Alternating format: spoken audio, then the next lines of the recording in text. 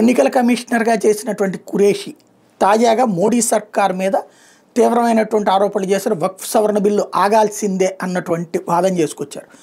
దానికి కౌంటర్గా మొన్ననే సుప్రీంకోర్టు మీద తీవ్ర వ్యాఖ్యలు చేసినటువంటి ఇస్కాంత్ దుబే ఓ పక్కన భారతీయ జనతా పార్టీకి ఒక పెద్ద పరీక్ష పెట్టారు. బీజేపీకి సంబంధించినటువంటి నాయకులు దాన్ని ఎలా కవర్ చేయాలో అర్థం కాక తలపట్టుకుంటున్నటువంటి పరిస్థితి.